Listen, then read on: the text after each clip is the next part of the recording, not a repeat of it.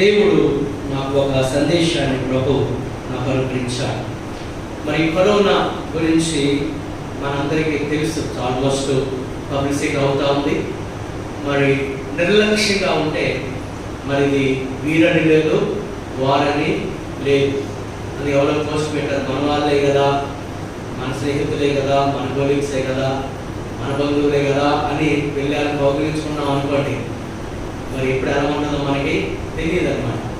So బయటకు వెళ్ళినప్పుడు కూడా నిర్లక్ష్యంగా మరి జాగ్రత్తగా ఉంటే మనకు తప్పనిసరిగా మరి ప్రమాదం సంభవించే పరిస్థితి ఉంటుంది. అంటే నిర్లక్ష్యముగా ఉంటే నాకేమీ కాదు అని వింటాం కదా, నాకేమీ కాదు, నాకేమీ రాదు అని అనుకుంటే కాదు. సో మనం జాగ్రత్తగా నిర్లక్ష్యంగా ఉండకుండా జాగ్రత్తగా ఉంటే మరి మనం సురక్షితంగా మనం ఉండగలం. మరి నిర్లక్ష్యం కారణంగా మరి వ్యాధులకు గురైన వారు ఉన్నారు, నిర్లక్ష్యం కారణంగా ప్రమాదములకు గురైన వారు ఉన్నారు. చాలాసార్లు పేపర్లో మనం హెడ్డింగ్ చూస్తాం, నిర్లక్ష్యము ఖరీదు ప్రాణం అనే మాట. నిర్లక్ష్యము ఖరీదు ప్రాణం. ఒక అప్రమత్తంగా లేని కారణంగా ఒక లారీ లేకపోతే ఒక బస్సు నదిలో పడిపోవడము, లేదా ఏదో చెట్టుకి గుద్దేయడము, అందులో ఉన్న వారందరూ మరణించడము, ఒక చిన్న కునిగిపాటు, ఒక చిన్న నిర్లక్ష్యము పెద్ద ప్రమాదానికి దారి తీయవచ్చు కదండి. ఒక చిన్న నిర్లక్ష్యము పెద్ద ప్రమాదానికి ఏం తీయవచ్చు, దారి తీయవచ్చు. అలాగే కొన్నిసార్లు చాలా రకాల రోగములు, నాకేమీ కాదులే, లేకపోతే నాకు ఇది చిన్నదే కదా అని కొన్నిసార్లు డాక్టర్ దగ్గరికి వెళ్లకుండా మరి చాలా కాలం దాన్ని మరుగుగా లేకపోతే రహస్యముగా ఉంచిన కారణంగా చివరి దశలో డాక్టర్ దగ్గరికి వెళ్ళినప్పుడు డాక్టర్ గారు అంటారు, మరి దీన్ని నేనేమి చేయలేను, ఇప్పటికే ఇది చేయి దాటిపోయింది అని చెప్తారు. అనేకమైన క్యాన్సర్ రోగములు మరి అటువంటి రోగములే చాలా మనకు బయటపడే క్యాన్సర్ రోగాలు. It may be 3rd stage or 4th stage. చిన్న నిర్లక్ష్యము మన జీవితంలో గొప్ప ప్రమాదాన్ని తీసుకొస్తూ ఉంటుంది. అంచేత మనం అజాగ్రత్తగా మనం నిర్లక్ష్యంగా ఉంటే కొన్నిసార్లు మన పరిస్థితి తీవ్ర దశకు వెళ్ళిపోయే ప్రమాదం ఉంది. మీరు ఇదే పరిస్థితిని, లేకపోతే ఇదే కాంటెక్స్ట్ని, లేకపోతే ఇదే సందర్భాన్ని, లేకపోతే ఇదే విషయాన్ని మన ఆత్మీయ జీవితాలకు కూడా మనము అన్వయించుకున్నటకు ఈరోజు మీకు సందేశాన్ని ఇవ్వాలని నేను కోరుకుంటూ ఉన్నాను. దేవుని పిల్లలముగా మనము కూడా కొన్ని విషయాల్లో మన నిర్లక్ష్యంగా ఉంటూ ఉంటాం. ఈ నిర్లక్ష్యం యొక్క సంగతి తర్వాత దాని ప్రతిఫలము చూసిన తర్వాత, దాని పర్యవసానము మనం పొందుకున్న తర్వాత అప్పుడు కానీ మనకు తెలియదు, అయ్యో వీటి విషయములలో నేను నిర్లక్ష్యం చేసిన కారణంగా ఇదిగో ఈ శ్రమను నేను అనుభవిస్తున్నాను, ఈ శోధన నేను అనుభవిస్తున్నాను, ఈ కష్టాన్ని నేను అనుభవిస్తున్నాను అని కొన్నిసార్లు మనకు మనమే బాధపడవలసి ఉంటుంది. తర్వాత మనం చేతులు కాలిన తర్వాత ఆకులు పట్టుకుంటే ప్రయోజనం ఏది లేనట్లు అంతా అయిపోయిన తర్వాత మనం ఏమి చేసినా దాని వల్ల ప్రయోజనం లేదు. మరి బైబిల్ గ్రంథంలో నుంచి కొన్ని విషయాలు మరి మీతో పంచుకోవాలని ఆశపడి దయచేసి ఇక్కడ ఉన్న సమయం అంతట్లో కూడా మీరు ఏకాగ్రత కలిగి మీరు మనస్సు అటు ఇటు పోనకుండా మరి ప్రభు మాటల మీద దృష్టి పెట్టవలసిందిగా కోరుతున్నాను. సంఖ్యాకాండము 11వ అధ్యాయము 20వ వచనం. సంఖ్యాకాండము 11వ అధ్యాయము 20వ వచనం. ఎవరైనా త్వరగా చదవండి. ఒక నెల దినముల వరకు అనగా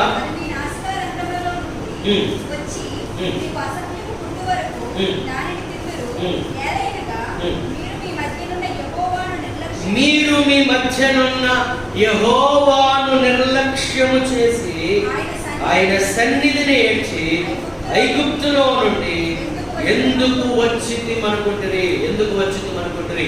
చూడండి, 430 సంవత్సరంలో ఇశ్రాయేలీలు ఐగుప్తు దేశంలో భయంకరమైన బానిసత్వము వారు అనుభవించినప్పుడు, వారు మూలుగుచున్న వేళలో, వారిని తూర్పును విడిచిన వేళలో, వారు భయంకరమైన వేదనలో కష్టంలో ఉన్న సమయంలో దేవుడు వారిని కనికరించి వారి యొక్క బాధను నిశ్చయముగా చూసి వారి మూలుగులు విని వారిని తూర్పులు విని దేవుడు తన యొక్క సేవకుడైన మోషేను పంపించి వారిని ఆ ఐగుప్తు బానిసత్వం నుంచి, ఆ దాస్యత్వం నుంచి విడిపించి కనాను దేశానికి వారిని ప్రయాణంలో ప్రభువు తీసుకుని వెళ్తూ ఉన్నారు.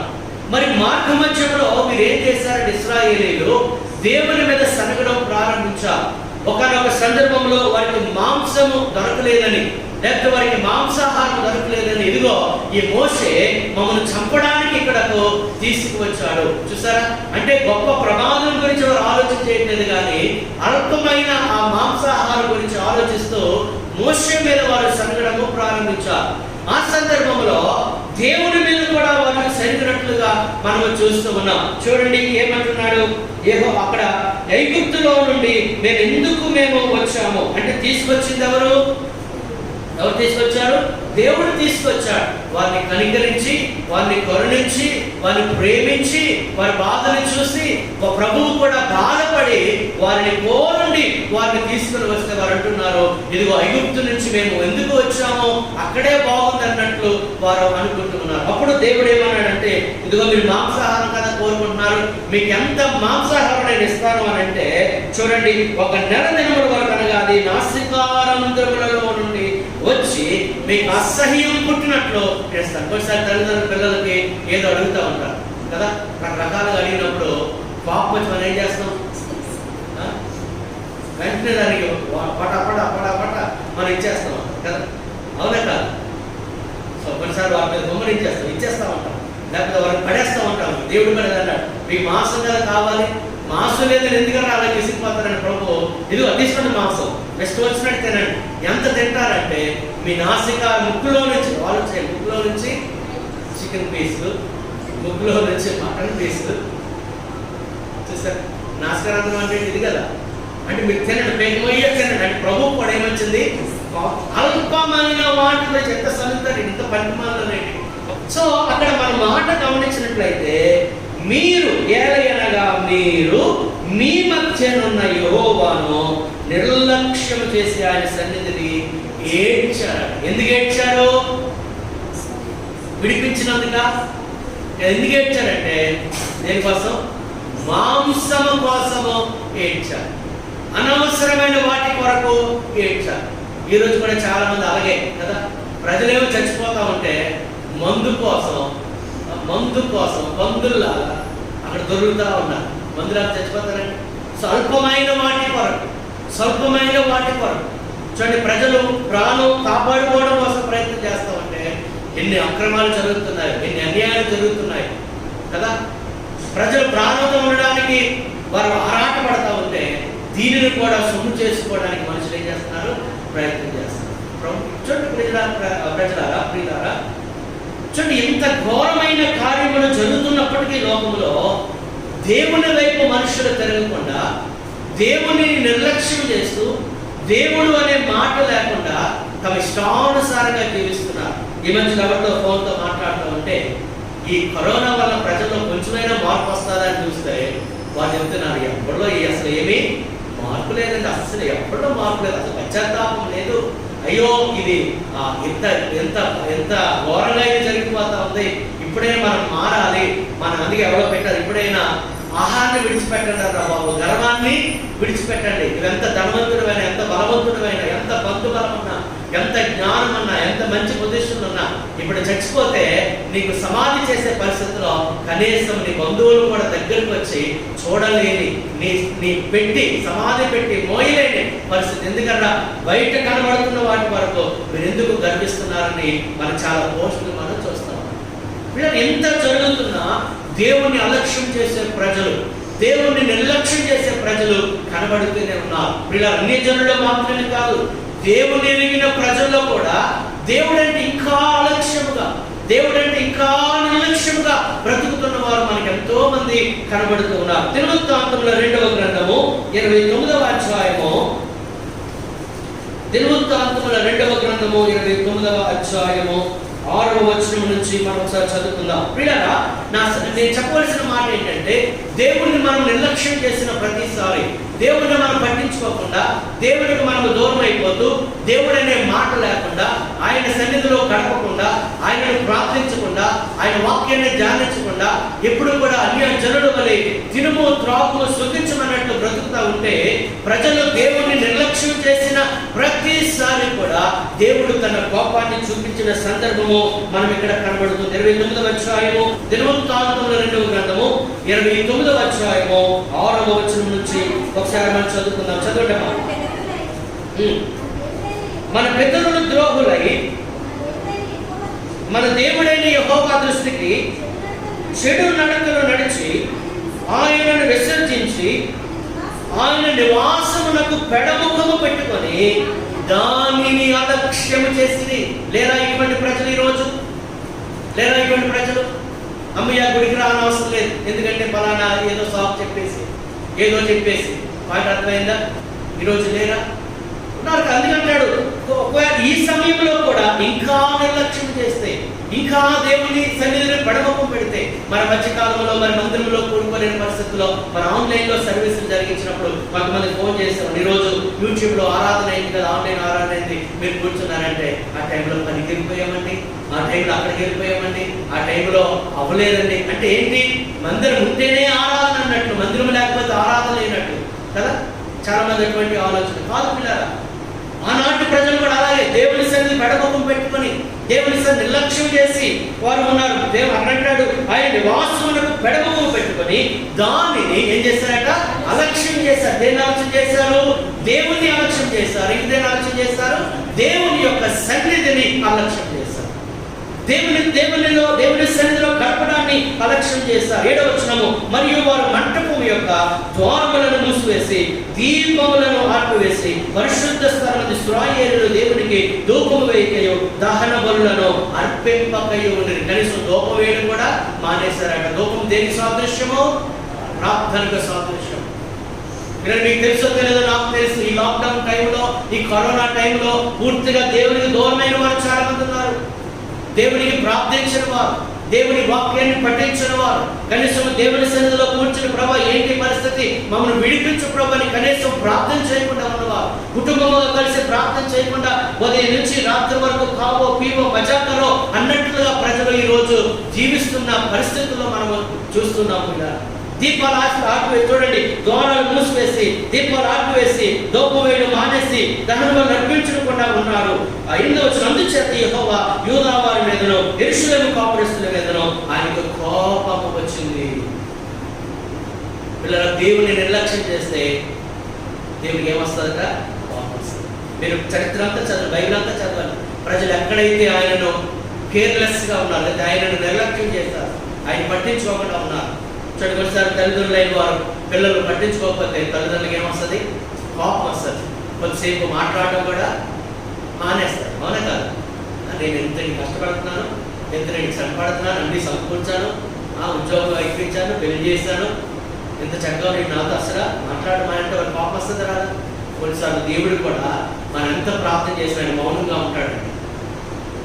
మనం ఎంత ప్రార్థన చేసిన ఆయన వినడు. ఎందుకంటే ఆయనను కొంతకాలం నిర్లక్ష్యం చేసి మనకు అవసరం వచ్చింది కదా అని, మనకేదో ఆపద వచ్చింది కదా అని, మనకేదో కష్టం వచ్చింది కదా అని ఆయన దగ్గరికి వెళ్ళి మన ఉదయం నుంచి సాయంకాలం వరకు ప్రార్థన చేసిన ప్రభు వెంట. ఎందుకంటే ఆయన కొన్నిసార్లు మనం ఏం చేస్తున్నామో నిర్లక్ష్యం చేస్తున్నాము.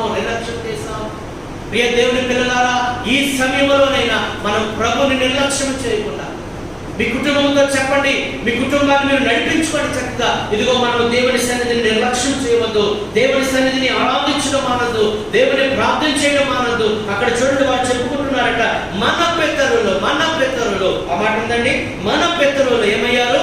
ద్రోహులై. ద్రోహం అంటే ఏంటంటే దేవుని నిర్లక్ష్యం చేయడము.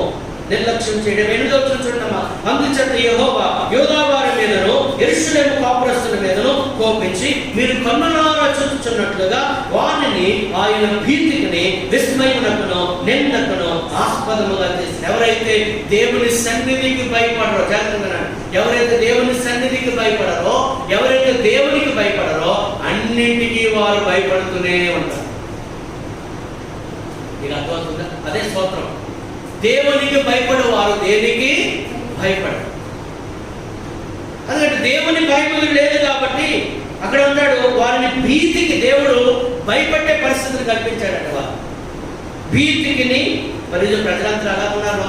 లోకం అంతా ఎలా ఉంది, బతుకుతుందో లోకం? భయం. అవునా కాదు? అక్కడ ఎవరు కొట్టుకుంటే ఏమొస్తుందో, అప్పుడు మన ఇంటికి వస్తే వెంటనే గేట్లు తెరచి రండి కూర్చోండి, డ్రింక్ ఇచ్చి అప్పుడు వెళ్ళిపోతామండి, కొద్దిసేపు ఉంటాం, వచ్చేసిండు. అవునా కాదు? ఇప్పుడు సో భయంగా ఎవరి వల్ల ఏ ప్రమాదం వచ్చేస్తుంది, ఎక్కడికి వెళ్తే ఏమొచ్చేస్తుంది, భయంగా ఆయన భీతికి వాటికి గురి చేశాడు, విస్మయమునకు గురి చేశాడు, నిందకు ఆస్పదముగా చేసెను. కాబట్టి మన తండ్రులు కత్తి చేతపడి, మన కుమారులను కుమార్తెలను భార్యలను చెరలోనికి కొనుకోబడి, ఇప్పుడు మన మీద ఇశ్రాయేలుల దేవుడైన యెహోవా మహోగ్రత చల్లారునట్లు ఆయనతో మనం నిబంధన చేయాలని నా మనస్సులో ఏర్పడింది, అభిలాష పుట్టింది. ఎవరంటారు ఈ మాట? హిజ్కియా అనే రాజు అంటున్నాడు. అయ్యారా అమ్మలారా, ఎందుకు ఈ పరిస్థితి మనకు దాపరించిందంటే మన పితరులు ఎలా చేశారు, దేవుని ఏం చేశారు, నిర్లక్ష్యం చేశారు. దేవుడు అన్న మాట లేదు వారికి. దేవుని స్తుతించడం మానేస్తారు, దేవుని ప్రార్థించడం మానేస్తారు, దేవుని ఆరాధించడం మానేస్తారు, దేవుని సన్నిధిని కడముఖము పెట్టుకున్నారు వారికి. అందుకే మనకి పరిస్థితి దాపరించింది కనుక మనం ఇక మీదట ఆయన ఏం చేయవద్దు చెప్పండి, నిర్లక్ష్యము చేయక ఆయన సన్నిధిని నిర్లక్ష్యము చేయక మనం ఉందాం. వీరెవరు? పితరులు అంటే ఎవరు? అన్యజనులు కాదు. పితరులు ఎవరు? ఇశ్రాయేలీయులు. ఇశ్రాయేలీయులు దేవుని పిల్లలు. నేను అంటాను పిల్లరా, ఈరోజు అన్యజనులకు దేవుడు ఎవరో తెలియక వారు నిర్లక్ష్యంగా ఉంటే, దేవుని పిల్లలు దేవుడు ఎవరో తెలిసి, ఆయన ఎంత గొప్పవాడో తెలిసి, ఆయన ఎంత సర్వశక్తిమంతుడో తెలిసి, ఆయన యొక్క ఉగ్రధరామంటదో తెలిసి, ఆయన యొక్క మహిమ ఎంత గొప్ప శక్తి గలదో తెలిసి కూడా దేవుని పిల్లలు ఈరోజు నిర్లక్ష్యముగా బ్రతకడము మనం చూస్తూ ఉన్నాము. 78వ కీర్తన ఒకసారి మనం చూద్దాం. 78వ కీర్తన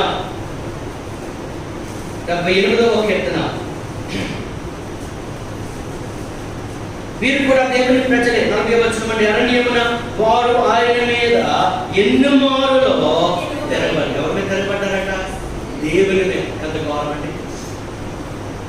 దేవుని మీద తిరగబడిన పరిస్థితి. ఎడారి యందు ఆయనను ఎన్ని మాటలు దుఃఖపెట్టింది. 41వ వచనం, మాటి మాటిని వారు దేవుని శోధించిరి, మాటి మాటి ఇశ్రాయేలు పరిశుద్ధ దేవునికి సంతాపం కలిగించిరి. 42వ వచనం, ఆయన బాహుబలమునైనను విరోధుల చేతిలో నుండి తమను తాము విమోచించిన ఆయన తమను విమోచించిన దినమునైనను వారు స్మరణకు తెచ్చుకోలేదు. కనీసం they did not remember how they came out.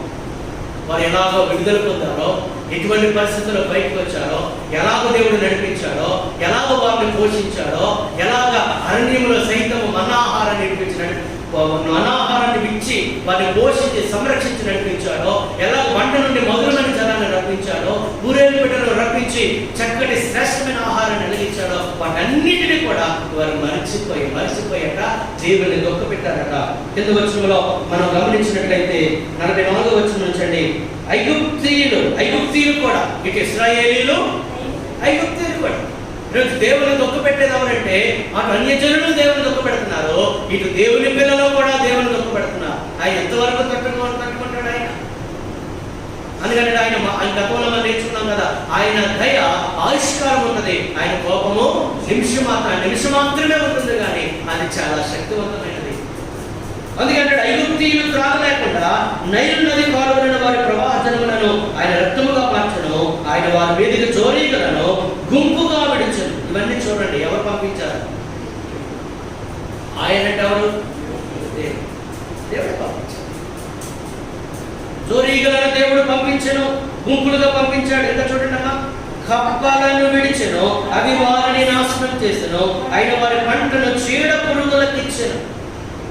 దేవుని నిర్లక్ష్యం చేసిన వారికి దేవుడు వారి ఆస్తిని అన్యజనులకు అప్పగిస్తాడు, వారి ఆస్తిని ఇతరులకు అప్పగించేస్తాడు దేవుడు. ఇటువంటి వారిని చాలా మందిని నేను చూస్తాను. నాన్నగారి నా పరిచర్యలో చాలా మందిని చూస్తాను, దేవుని విషయంలో నిర్లక్ష్యంగా ఉన్నవారు. ఎందుకంటే వారికి బుద్ధి కలగాలని వారి పంట నట్ట దేనికిచ్చాడట? చీడ పురుగులు. ఈ చీడ పురుగులు వచ్చి తినేయడం, వారి కష్ట ఫలములను మిడతలకు అప్పగించను, వడగండ్ల చేత వారి ద్రాక్ష తీగలను, హిమము చేత వారి మేడి చెట్లను ఆయన పాడు చేసింది. దేవుడు అందుకంటే God is the creator, God also is also the destroyer. ఆయన సృష్టించగలడు, నాశనం చేయగలడు. ప్రజలందరినీ జలప్రళయం చేత నాశనం చేశాడు కదా, సొదొమ గొమొర్రా పట్టణాలను నాశనం చేశాడు కదా. అది అంటాడు, దేహమును ఆత్మను, దేహమును మాత్రమే నాశనం చేయవారికి మీరు భయపడద్దు, దేహమును ఆత్మను కూడా నరకములో నశింపజేయవానికి మీరు భయపడదు. ఆయన ఏమి చేయలేదులే అని అనుకుంటే పొరపడుతున్నాం. అంటాడు చూడండి, హిమము చేత వారి మేటను పాడు చేసాను, వారి పశువులను వడగండ్ల పాలు చేసాను, వారి మందలను విడుదల పాలు చేసాను. ఆయన ఉపద్రవం కలుగజేయు దూతల సేనగా తన కోపాగ్ని, ఉగ్రతను, మహోగ్రతను, శ్రమను వారి మీద విడిచెను. తన కోపమునకు ఆయన త్రోవ చదువు, అంటే తన కోపానికి అట త్రోవ కూడా త్రోవ చదువు చేయబడుతుంది. అంటే ఏ అడ్డులో ఆటంకాలు ఆయన కోపం దాన్ని పంపించబడుతుంది. ఎందుకంటే అది ఎక్కడి నుంచి వస్తుంది, ఎక్కడి నుంచి వస్తుంది, పై నుండి వస్తుంది, అంతే కదా. సో ఇంకా చూడండి, మరణం నుండి వారి ప్రాణమును తప్పింపక వారి జీవమును చూడమ్మా, వారి జీవమును తెగులునకు అప్పగించి, అయ్యో ఐగుప్తులో చేస్తున్నందరినీ హాము గుడారములో ఉన్న బల ప్రారంభమైన ప్రథమ సంతానమును ఆయన సంహరించను. ఇవన్నీ జరిగాయా లేదా? జరిగాయి. Bible is the history. జరిగిన సంగతులే బైబిల్ అందులో రాయబడ్డాయి. And it's also his story. It's history and also it's his story. అని ఇది దేవుని యొక్క చరిత్ర. దేవుడు ఇటువంటి కార్యాలు ఆయన చేయగలడు, చేస్తాడు. ఆయన స్వభావం. అంటాడు, మన పితరులు యెహోవాను నిర్లక్ష్యం చేశారు, ఇలా మీరు అటువంటి నిర్లక్ష్యాన్ని మీరు చేయకూడదు. 58వ వచనం చూడండి, వారు ఉన్నత స్థలములను కట్టి ఆయనకు కోపము పుట్టించిన విగ్రహములను పెట్టుకొని ఆయనకు రోషము కలుగజేశారు. దీనిని చూచి ఆగ్రహించి ఇశ్రాయేలునందు బహుగా ఏం చేశాడు ఆయన? అసహించుకొనెను. షిలోహ మందిరమును తాను మనుషుల్లో స్థాపన చేసిన గుడారమును ఆయన విడిచిపెట్టెను. ఆయన మందిరంలో నుంచి కూడా ఏమయ్యాడట చెప్పండి, ఆయన విడిచి వెళ్ళిపోయాడు. కొన్ని మందిరాల్లో దేవుడు లేడు, కొన్ని మందిరాల్లో దేవుడు లేడు. ఎందుకంటే అక్కడ దేవుడికి మహిమకారణం లేదు, మనస్ఫూర్తిగా దేవుని ఆరాధించడం లేదు. షోయింగ్, హడావుడి ఎక్కువ. దేవుడు విడిచిపెట్టేస్తాడు కొన్నిసార్లు. మందిరంలో చనిపోతాడు ఆయన. నేను ఇక్కడ ఉండలేను బాబాయ్ అంటాడు, నేను ఇక్కడ ఉండలేను. ఆయన తన బలమును చేరను, తన భూషణమైన దానిని విరోధుల చేతికి అప్పగించను, తన ప్రజలను ఖడ్గములకు అప్పగించను. ఆయన తన స్వాస్థ్యం మీద ఆగ్రహించను. అగ్ని వారి యవనస్తులను భక్షించను. వారి కన్యకలకు వెండి పాటలు లేకపోయాయి. వారి యాజకులు కత్తిపాలు కాగా వారి విధవరాండ్రు రోధనము చేయకుండురి. విడరా, మొదటిగా మనం చూస్తున్నాం, యెహోవాను మనం ఏం చేయకూడదు? నిర్లక్ష్యము చేయకూడదు. ఆయనను మన హృదయాలు పరిశీలించుకుందాం. ఎక్కడైనా మనము మన కుటుంబాన్ని దేవుని ఎలా చూస్తున్నాం? దేవునికి మన హృదయంలో ఏ స్థానం ఇస్తున్నాం? దేవుని చివర పెడుతున్నామా? అన్ని పనులు అయిపోయిన తర్వాత, అంతా అయిపోయిన తర్వాత అప్పుడు దేవుని సన్నిధిని మనము వెళ్ళి మోకరిస్తున్నామా? లేదా ఉదయాన్నే లేచిన ప్రభా, first time is yours, first hour is yours, నా మొదటి గడియ నీది, హల్లెలూయా, నా మొదటిది నీది, నా సమస్తము నీది. అది అక్కడ మరియా ఏమి ఏర్పరచుకుందట? ఉత్తమమైన దానిని ఏర్పరచు. ఇంట్లోనే ఉన్నాడు ప్రభు, కానీ మరియా మాట ప్రభువుతో గడపడం లేదు. మరియ మాత్రము ప్రభువుతో గడపడం అంటాడు. మాటని అనేకమైన పనులకు వచ్చి నువ్వు ఏం చేస్తున్నావు? విచారం కలిగి ఉన్నావు, తొందరపడుతున్నావు. ఎందుకంటే ఊరు గాబర పడిపోతావు, టెన్షన్ ఉన్నావు. మరి చూడు ఎంత ప్రశాంతంగా ఉందో. ఆమె ప్రశాంతత కారణం ఏంటంటే ఆమె నా పాదములు ఏం చేస్తుంది? గడుపుతాం. ఇది ఉత్తమమైనది. ఇది ఆమె యొక్క నుండి ఏం చేయబడ్డ? తీసివేయబడి. దేవుని స్తోత్రం కలుగునుగా. హల్లెలూయా. The time we spent in the presence of God is never wasted. దేవుని సన్నిధిలో మనం గడిపిన ఆ సమయము ఎప్పుడు కూడా వృధా కాదండి. హల్లెలూయా, హల్లెలూయా. అంచేత అధికముగా దేవుని సన్నిధిలో కనబడుతూ, దేవుని సన్నిధిలో మోకరించి, దేవుని సన్నిధిని కేవలం మందిరమే కాదు, మీ గృహంలో కూడా సమయం దొరికినప్పుడు ఆయన సన్నిధిలో మోకరించి ప్రభువుకి ప్రార్థన కడమకం పెట్టుకోకుండా ఆయన మొదటి స్థానం అన్ని విషయంలో ఆయన కనపరచాలి. మలాకి గ్రంథం 1వ అధ్యాయము 6 నుంచి 8 వచనాలు. కొన్నిసార్లు మనకు అనిపిస్తుంది మేము దేవుని ఎలాగ మేము నిర్లక్ష్యం చేశాము అనే కౌంట్ కొన్నిసార్లు మనకు వస్తూ ఉంటుంది. 1వ అధ్యాయం అండి, మలాకి గ్రంథము 6వ వచనం చదువు. 1వ అధ్యాయం 6వ వచనం చదవడం. కుమారుడు తన తండ్రిని కనపరచుడు కదా, దాసుడు తన యజమానుని కనపరచుడు కదా. నా నామమును నిర్లక్ష్య పెట్టు యాజకులారా. యాజకులు అంటే ఎవరు? పాత నిబంధన ప్రకారం సేవకులు. ఇప్పుడు యాజకులు కొత్త నిబంధన ప్రకారం ఎవరు? అందరు సేవకులు, అందరు యాజకులనే. అదిగటువంటి చీకటిలోని ఆశ్చర్యకరమైన వెలుగులోని మిమ్మల్ని పిలిచిన వారి గుణాత్మను ప్రచురము చేయు నిమిత్తము మీరు ఏర్పరచిన వంశం రాజులైన యాజక సమూహం. మనం ఎవరిమి రాజులు, మనం ఎవరిమి యాజకులు. హల్లెలూయా. దేవుని పిల్లలు రాజుల్లాగే బ్రతకాలి, రాజులాగే బ్రతకాలి. అందుకే చాలా మంది దేవుని పిల్లలు అంటారు అసలు మీకు ఏం లేక అంత మహారాజులా ఉంటారంట. ఎందుకంటే మనం ఎవరు పెట్టలే రాజుల. రెండవది, చాలా మంది రాజులా ఉండడానికి ఇష్టపడతారు. ఎలా ఉండడానికి ఇష్టపడతారు చెప్పండి. రెండో పాయింట్, యాజకులా ఉండడానికి ఇష్టపడరు. రాజు చేతిలో జేబులో చేయడానికి మాకు తెలియదు. ఎందుకంటే రాజు కాళ్ళగా రాస్తాం. యాజకులు ఎవరంటే తగ్గించుకుని పరిచర్య చేస్తూ యేసుప్రభు ఒక సేవకునిగా ఈ భూమి మీదకి వచ్చి అక్కడ మనుషుల చేత పరిచారం చేయించుకున్నట్టు రాలేదు. నేను పరిచారం చేయడానికి వచ్చాను. దీని స్తోత్రం కలుగుతాను. హల్లెలూయా. సరే, యాజకులు అనగా మనమే. క్రొత్త నిబంధన యాజకులు, ప్రతి విశ్వాసం ఒక యాజకుడు. ఇప్పుడు యాజకులతో ప్రభు చెప్తున్న మాట చూడండి. యజమాని కనపరచదు కదా, నా నామమును నిర్లక్ష్య పెట్టు యాజకులారా, నేను తండ్రినైతే నాకు రావలసిన ఘనత ఏమాయను.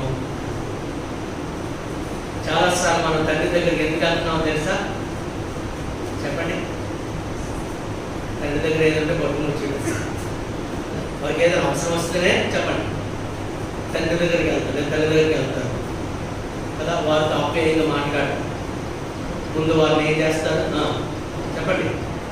వారిని కూల్ చేసి వచ్చేసి ఇచ్చేసి వాళ్ళ దగ్గర ఎంత లాగేయడం కోసం ఒక చిన్న గిఫ్ట్ ఇస్తారు. ఎవరికి? తల్లిదండ్రులకి. చాలాసార్లు మనం కూడా పరలోకపు తండ్రి దగ్గరికి మనకి ఏదైనా కావాలంటే చెప్పండి, ఆయన అది కాదు, ప్రభా నాకు ఇది కావాలైనా అది దయచే ప్రభా, ఇది దయచే. Many times you are not going to the father just to spend with them. చాలాసార్లు తండ్రి వారి నుంచి ఏదో ఆశించి వెళ్తుంటారు. అలా కాదు. వారి పరలోకపు తండ్రి మనకు అక్కడగా ఉన్నవన్నీ ఆయన ఇస్తాడండి. కొన్నిసార్లు అడిగినా, కొన్నిసార్లు అడగకపోయినా, కొన్నిసార్లు అడుగు వాటి కంటే ఊహించు వాటి కంటే అత్యధికంగా దేవుడు ఇస్తాడు. దేవునికి ఏదో మనం కావాలని మనం పొందుకునే కొరకు మాత్రం ఆయన దగ్గరికి వెళ్ళకూడదు. తండ్రి దగ్గరికి ఎందుకు వెళ్ళాలట? ఆయనతో కొద్ది సమయాన్ని గడపడానికి. దేవుని స్తోత్రం కలుగుతుంది. హల్లెలూయా, హల్లెలూయా అంటాడు. మీరు నన్ను తండ్రిని పిలుస్తున్నారు, నేను కూడా మిమ్మల్ని ఎలా చూసుకుంటున్నాను చెప్పండి, తండ్రిలాగే చూస్తున్నాను. మీరు చేపలు అడిగితే నేను ఏమివ్వలేదు, దేవుని ఇవ్వలేదు. రొట్టెని అడిగితే రాయినివ్వలేదు. మీరు ఏది అడిగారో అది ఇచ్చాను. కొన్నిసార్లు మీరు అడిగిన వాటిని కూడా ఇచ్చాను. కొన్నిసార్లు అడిగిన వాటి కంటే, ఊహించు వాటి కంటే అత్యధికంగా నేను ఇచ్చాను. కానీ మీరు తండ్రిని అన్నాడు పిలుస్తున్నాడు. కానీ చూడండి ఏమంటున్నాడు, నేను తండ్రినైతే నాకు రావలసిన ఘనత ఏమాయను. నేను యజమానుడనైతే నాకు భయపడేవాడు ఎక్కడున్నాడు? That's the problem today. నన్ను దేవుడని పిలుస్తున్నారు కానీ అసలు నాకు భయపడేవాడు ఎక్కడ ఉన్నాడు? నన్ను గణపరిచేవాడు ఎక్కడ ఉన్నాడు? నాకు ప్రాధాన్యత ఇచ్చేవాడు ఎక్కడ ఉన్నాడు? నన్ను ఆరాధించేవాడు ఏది? నన్ను మహిమపరిచేవారు ఎక్కడున్నారు? మన జీవితంలో, మన కుటుంబంలో, మన ఉద్యోగంలో, ప్రతి విషయంలో కూడా ఎవరికి మహిమ కలగాలి చెప్పండి? దేవునికి మహిమ కలగాలి. దేవునికి మహిమ కలగాలి. మరి నీ జీవితంలో దేవునికి మహిమ కలుగుతుందా? నా ఘనత ఏమాయను, నేను యజమానుడనైతే నాకు భయపడేవాడు ఎక్కడ ఉన్నాడు? ఆయన సైన్యముల అధిపతి యెహోవా నువ్వు అడుగగా దేవుడు అడిగాడట, ఏమి చేసి నీ నామమును నిర్లక్ష్య పెట్టుతామని నేను అడిగితే మీరు అంటున్నారు, ప్రభా ఏం చేసి నేను నిర్లక్ష్యం చేశాను ప్రభా అని అడిగితే ప్రభా అన్నాడు, నా బలిపీఠం మీద అపవిత్రమైన భోజనమును మీరు అర్పించచ్చు, ఏమి చేసి నేను అపవిత్రపరచుకున్న మీరు అందరూ యెహోవా భోజనము బలను నీచపరచినందు చేతనే కదా గుడ్డి దానిని తీసుకుని బలిగా అర్పించిన అది దోషము కాదా? కుంటి దానినైనను రోగము గల దానినైనను అర్పించినేడగా అది దోషము కాదా? అట్టి వాటిని నీ అధికారికి నీవు ఇచ్చినేడగా అతడు నీకు దయ చూపునా? అధికారి అందుకు మనం ఏదైనా బహుమానం తీసుకువెళ్ళినప్పుడు కుంటిది సొంటది పుచ్చిపోయింది పాడైపోయింది మనం ఇస్తామా? అంటే పోలిక చూడండి, నీ అధికారికి వెళ్ళినప్పుడు ఎంత ప్రాధాన్యస్తున్నావు. You are giving the best, you are doing the best. చూడండి, అధికారి ఎందుకు వెళ్ళినప్పుడు మనం చక్కగా ఏదో పట్టలేసి వెళ్ళిపోతాం కదా. అధికారి ఎందుకు వెళ్ళినప్పుడు the best clothes we wear కదా, మంచి శ్రేష్టమైన వస్త్రాలు దాచుకుంటాం చక్కగా, మంచి చీర మంచి బట్టలు లేదా మంచి డ్రెస్ వేస్తాం కదా, చక్కగా దువ్వుకుంటాం. అవునా కదా? ఎక్కడికి వెళ్తున్నాం మనం? కలెక్టర్ దగ్గరికి వెళ్తాం. ఉదాహరణ కలెక్టర్ గారు అంటాం, కలెక్టర్ దగ్గరికి వెళ్తున్నాం లేదా ఇంటర్వ్యూకి వెళ్తున్నాం. ఇంటర్వ్యూ అధికారులు ఉన్నారు, అధికారులు ఎందుకు వెళ్ళినప్పుడు చాలా ఇంటర్వ్యూలోనట వీళ్ళ చెప్పండి వీళ్ళు ఏమంటారమ్మా, వారి గెస్చర్ లేదా వారి పర్సనాలిటీ లేదా వారి అవుట్వర్డ్ అపియరెన్స్ చూసే అప్పుడే వాళ్ళ లోపల మార్పులు వేసేస్తారు. చాలా ఇంటర్వ్యూస్ వాళ్ళు ఎలా ఉన్నారు, వాళ్ళ టీవీ ఏంటి, వారు ఎలా నిల్చున్నారు, ఎలా నడుస్తున్నారు, ఎలా హుందాగా ఉన్నారు అని అప్పుడే నిర్ణయం చేస్తారండి. అంటే అధికారి యొద్దకు వెళ్ళినప్పుడు మనం ఎలా వెళ్తున్నాం, అధికారి యొద్దకు వెళ్ళినప్పుడు మన ఆలోచన విధానం, మన తీరుతెన్ను ఎలా ఉంది అంటాడు. అధికారి యొద్దకు వెళ్ళిన మీరు ఇలా చేయట్లేదు కదా, గుడ్డిదానిని మీరు అర్పించడం లేదు కదా అంటాడు. గుడ్డిదాన్ని రోగం కదా అని అర్పించిన దోషం కదా వారిని నీ అధికారిని ఇచ్చినాడు, అతను నీకు దయ చూపునా, నిన్ను అంగీకరించునా అని సైన్యముల అధిపతి యెహోవా అడుగుచున్నాడు. దేవుడు అడుగుతున్నాడట. నన్ను దేవుడు అంటున్నారు, నన్ను తండ్రి అంటున్నారు, నన్ను యజమానుడు అంటున్నారు, కానీ నాకు ఇవ్వవలసిన రెస్పెక్ట్, నాకు ఇవ్వవలసిన ఘనత, నాకు ఇవ్వవలసిన మహిమ మీరు ఇవ్వడం లేదు. అప్పుడేమన్నాడు చూడండి, 10వ వచనం, మీలో ఒకడు నా బలిపీఠం నిరంతరం అగ్ని రాజు కట్టుకున్నట్లు నా మందిరపు వాకిట్లను మూయవాడప్పుడు మీరు ఒకటిని ఎడలలేదు. మీ యందు నాకు ఇష్టం లేదు, మీ చేతని నైవేద్యమును అంగీకరింపనని సైన్యముల అధిపతి యెహోవా సెలవిచ్చాడు. మీరు నైవేద్యాలు పెడుతున్నారు, మీరు కానుకలు అర్పిస్తున్నారు, మీరు దశమభాగములు ఇస్తున్నారు, కానీ నేను వాటిని అంగీకరించదు. ఎందుకంటే మీరు నాకు అర్పించే విధానము, నన్ను ఆరాధించే విధానము నాకు ఏమాత్రం కూడా ఇష్టం లేదని ప్రభు అంటున్నాడు. 14వ వచనము, అన్ని జనులలో నామము భయంకరమైనదిగా ఎంచబడుచున్నదని సైన్యముల అధిపతి యెహోవా సెలవిచ్చున్నాడు. కాబట్టి తన మందలో మగది ఉండగా యెహోవాకు మొక్కుబడి చేసి చెడిపోయిన దానిని అర్పించు వంచకుడు శాపగ్రస్తుడు. దేవుని విషయంలో we have to give the best, do the best. ఒక నరాలు లేకపోతే మనము దేవుని నిర్లక్ష్యం చేసినట్లే. పిల్లరా, దేవుని విషయంలో మనం జీవితం ఎలా ఉంది? దేవుని ఎక్కడైనా మనం నిర్లక్ష్యం చేస్తున్నామండి, ఎక్కడైనా ఆయన సన్నిధిని పెడచలు పెడుతున్నాము. కాలేబు అంటున్నాడు, యెహోషువ గ్రంథం 14వ అధ్యాయం, యెహోషువ గ్రంథం 14వ అధ్యాయం 8వ వచనం చూద్దాం. 8వ వచనం, నాతో కూడా బయలుదేరి వచ్చిన నా సహోదరులు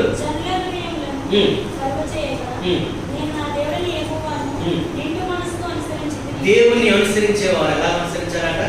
నిండు మనస్సుతో, ఆచారముగా కాదు, ఎవరో ఏదో అనుకుంటారని కాదు, రొక్కుబడిగా కాదు, వెళ్ళకపోతే బాగోదని కాదు, ఆయన అర్థమైందా?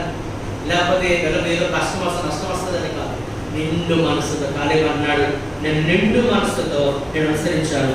ఆ దినమున మోషే ప్రమాణం చేసి 9వ వచనం, నీవు నా దేవుడని యెహోవాను నిండు మనస్సుతో అనుసరించుతూ కనుక నీ అడుగు పెట్టిన భూమి నిశ్చయముగా నీకును నీ సంతానమునకును ఎల్లప్పుడూ స్వాస్థ్యముగా ఉండదు. కథలో చెప్పాను, 6 లక్షల మంది బయలుదేరితే ఎంతమంది దగ్గర కనాన దేశానికి? 2. అంటే ఇద్దరు వెళ్ళారంటే దాని అర్థం ఇద్దరు కాదు, బయలుదేరిన వారిలో 2. మధ్యలో చాలా మంది పుట్టారు, అర్థం చేసుకోండి. ఇద్దరు వెళ్ళారంటే మాత్రమే కాదు, మధ్యలో కొంతమంది పుట్టారు, వారు కూడా వెళ్ళారు. కానీ బయలుదేరినప్పుడు ఉన్న జనాల్లో 52. అందులో ఒకడెవరు? కాలేబు. కాలేబట దేవుని అనుసరించాడు. ఎలా అనుసరించాడు చూడండి, నిండు మనసుతో అనుసరించినందుకు ఎలా ఆశీర్వదించాడట మోషే. చూడండి, నీవు అడుగు పెట్టిన భూమి నిశ్చయముగా నీకును నీ సంతానమునకును ఎల్లప్పుడూ స్వాస్థ్యము. మళ్ళా చెప్తున్నా, the time that we spend with the lord is never wasted. మనతో, మన ప్రభువుతో మనం ఇచ్చిన సమయం గడుపుటకు, ఆయనతో మనకి ఇచ్చిన సమయం, ఆయన అనుసరించిన, ఆయన ఆరాధించిన, ఆయనను ఘనపరిచిన ప్రతి దానికి కూడా దేవుడు ప్రతిఫలం ఇస్తాడు. మోషే ఆశీర్వదించాడు, కాలేబు నిన్ను చూస్తున్నానయ్యా చిన్నప్పటి నుంచి, నీవు దేవుని ఎలా అనుసరించావు, నిండు మనసు. పిల్లరా, ఇక్కడ కూర్చున్న వారిలో ప్రతి ఒక్కరితో దేవుడు అలా చెప్పగలిగితే మనంత ధన్యం. నిండు మనస్సుతో ఆయనను స్తుతిస్తున్నాం, నిండు మనస్సుతో ఆయన ఆరాధిస్తున్నాం అంటాడు. నిండు మనస్సును అనుసరించి స్వాస్థ్యంగా ఉండడం. ఇంకా అంటాడు 10వ వచనం, యెహోవా చెప్పినట్టు యెహోవా మోషేకు ఆ మాట సెలవిచ్చినప్పటి నుండి ఇశ్రాయేలు అరణ్యంలో నడిచిన 45 ఏళ్ళు ఆయనను సజీవుడిగా కాపాడి ఉన్నాడు. ఇదిగో నేను ఇప్పుడు 85 ఏళ్ల వాడు. ఎవరు చెప్తున్నారు ఈ మాట? ఎవరు చెప్తున్నారు? కాలేబు చెప్తున్నాడు. మోషే నన్ను పంపిన నాడు నాకెంత బలమో నేటి వరకు నాకంత బలం. ముసలుడు ఇప్పుడు 80 సంవత్సరాలు, అప్పుడున్న బలం ఇప్పుడు ఉంటుందా? కానీ అంటున్నాడు, అప్పుడు ఎంత బలమో ఇప్పుడు అంతే బలం. హల్లెలూయా. ఈ బలం నాకు వచ్చిందంటే నా దేవుని నేను నిండు మనసుతో అనుసరించాను. యుద్ధము చేయటకు కానీ వచ్చుచు పోవచ్చుంట కానీ నాకు ఎప్పటికట్లు బలమున్నది. 11వ వచనం, యెఫున్నె కుమారుడైన కాలేబు ఇశ్రాయేలు దేవుడైన యెహోవాను నిండు మనస్సుతో అనుసరించువాడు కనుక యెహోషువ అతన్ని దీవించి అతనికి హెబ్రోను స్వాస్థ్యముగా ఇచ్చిన. దేవునికి స్తోత్రం కలుగునుగా. హెబ్రోను దేనికి సాదృశ్యము? పరలోకమునకు సాదృశ్యం. హల్లెలూయా. అందరూ పరలోక రాజ్యం వెళ్ళిపోరు. ఎవరైతే నిండు మనస్సుతో హృదయపూర్వకంగా మనఃపూర్వకంగా ఆయనను సేవిస్తారు, ఆయన అనుసరిస్తారు, ఆయన వెంబడిస్తారు, వారికే స్వాస్థ్యముగా ఆయన పరలోక రాజ్యం ఇస్తాడు. దీని స్తోత్రం కలుగునుగా. హల్లెలూయా, హల్లెలూయా. అంచేత పరలోకమందు మనకు స్వాస్థ్యము భద్రపరచబడింది కనుక ఆ స్వాస్థ్యము నీవు నేను పొందుకోవాలంటే దేవుని ఆశామాషిగా, ఆచారముగా, మొక్కుబడిగా కాదండి. ఎలాగా? నిండు మనసుతో. అసలు ప్రభు ఇచ్చిన ఆజ్ఞ ఏంటి? ఒకరు అడుగుతున్నాడు, ప్రభు ప్రధానమైన ఆజ్ఞ ఏంటంటే నీ పూర్ణ హృదయంతో, పూర్ణ మనస్సుతో, పూర్ణ బలంతో, పూర్ణ ఆత్మతో, పూర్ణ వివేకముతో నీ దేవుడైన యెహోవాను ఏం చేయాలి? ప్రేమించు. పూర్ణ దేవునికి లాస్ట్ టైం కాదు, దేవునికి లాస్ట్ది కాదు, దేవుడిని లాస్ట్ పెట్టేది కాదు. దేవుడు ఫస్ట్ మాత్రమే కాదు, దేవుడు ఎలా ఉండాలి? సెంటర్లో ఉండాలి. దేవుని స్తోత్రం కలుగుతుంది. పాయింట్ అర్థం చేస్తాం. దేవునికి మొదటి ప్రాధాన్యత ఇచ్చేసి తర్వాత ఏవో చట్టపనులు అవన్నీ కాదు. అసలు దేవుడు మధ్యలో, మన జీవితం మధ్యలో ఉంటే అవన్నీ కూడా చక్కగా ఉంటాయి. So we have to give the central priority to our God అంటాడు. యెహోవాను మన పెద్దలు ఏం చేశారు? నిర్లక్ష్యం చేసి వారు కత్తి వాకు పడ్డారు. అది మనం చూస్తాం. మనం అలాగా మనం ఎవరు చెప్పండి? దేవుని పిల్లలు, దేవుని పిల్లలు, దేవుని ఇంటి పరిస్థితి నిర్లక్ష్యం చేయడం. చాలా జాగ్రత్తగా వినండి. ఆయనను మనము నిర్లక్ష్యం చేసినందుకు ఆయనకు కోపం వస్తుంది. ఆయన కోపమును కొన్నిసార్లు మనం చేయలేము, తట్టుకోలేము. కొన్నిసార్లు మన జీవితంలో కలిగే శ్రమ, మన జీవితంలో కలిగే వేదనకు కారణము కొన్నిసార్లు దేవుడిని నిర్లక్ష్యం చేయడమేమో. కొన్నిసార్లు మన ఆస్తిని, కొన్నిసార్లు మన పంటను, కొన్నిసార్లు మన ప్రాణాన్ని అపవాదికి అప్పగించబడము నాకు కారణము కొన్నిసార్లు దేవుని నిర్లక్ష్యం చేయడమేమో. మనలో ఉన్న సంతోషము, మనలో ఉన్న సమాధానము, మనలో ఉన్న సమృద్ధి కోల్పోవడానికి కారణము కొన్నిసార్లు మనం దేవుని నిర్లక్ష్యం చేయడమేమో. ఒకసారి పరిశీలన చేసుకుందాం. అందరూ కూడా తన నుంచి కళ్ళు మూసుకొని వారి చేతుల పైకి ఒక్క మాట, ఇదిగో వారు అడిగినట్లు, ప్రభువా మేము ఏమి చేసి నేను నిర్లక్ష్యం చేశామయ్యా అని అంటే ప్రభు అంటాడు, మీరు ఏమి చేసి కాదు, మీరు ఏమి చేయక నిర్లక్ష్యం చేస్తారో నేను చెప్తాను. చూడండి, ఇది ఇదిగో మీరు ఇలా చేయలేదు, ఇలా చేయలేదు, నన్ను కనపరచలేదు, నన్ను మహిమపరచలేదు, నాకు ఇవ్వాల్సిన ప్రాధాన్యత ఇవ్వలేదు, నన్ను చాలా తక్కువగా చూస్తారు, నన్ను చాలా అల్పంగా చూస్తారు. మీకు జీవం ఇచ్చింది నేను, ప్రాణం ఇచ్చింది నేను, బ్రతుకునిచ్చింది నేను, బ్రతుకుదేవి ఇచ్చింది నేను, ఆరోగ్యం ఇచ్చింది నేను, ఆయుష్ ఇచ్చింది నేను, ఆహారం ఇచ్చింది నేను.